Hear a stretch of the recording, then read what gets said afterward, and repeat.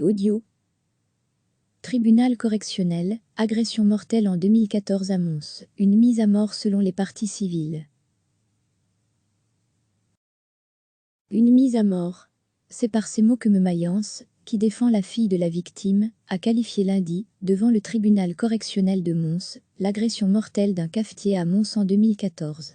6 jeunes sont poursuivis pour cette bagarre du 28 juin 2014, qui a coûté la vie à Arab Wisley. Les agresseurs, dont un mineur qui sera jugé plus tard, avaient également visé un collègue du cafetier. Arab Wisley a succombé à ses blessures le 5 août 2014 à l'hôpital.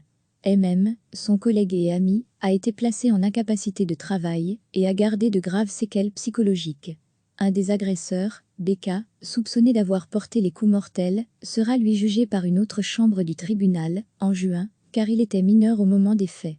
Les autres sont prévenus de coups sur ami de la victime, et de non-assistance à personne en danger envers Arab Wisley. Pour Mayence, avocat de la fille de la victime, cette affaire n'est pas une belle bagarre, comme l'a déclaré l'un des prévenus lors de l'instruction d'audience, mais une mise à mort.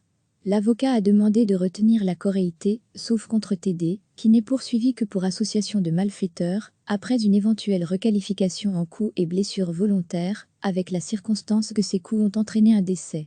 On ne peut pas dissocier des gens qui ont fait de la violence un mode de vie, qui ont besoin de se battre pour passer une bonne soirée, a déclaré l'avocat.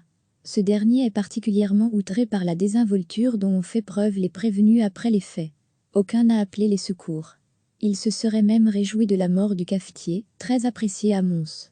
L'avocat est revenu sur les témoins directs, qui qualifient les faits d'acharnement sur les deux victimes, frappées à coups de talon à la tête. Ils ne frappaient pas au hasard, selon un témoin. Céline Paris représentait à l'audience lequel se sent encore trop fragile pour être confronté à ses agresseurs. Les préventions retenues auraient pu être bien plus graves, a estimé l'avocate. Son client, 25 ans au moment des faits, est démoli depuis les faits. Sa vie a basculé ce soir de 28 juin 2014, il demande que justice soit rendue pour son ami et sa famille, a déclaré l'avocate. Recevez chaque matin l'essentiel de l'actualité. Cliquez sur s'abonner pour recevoir les dernières nouvelles.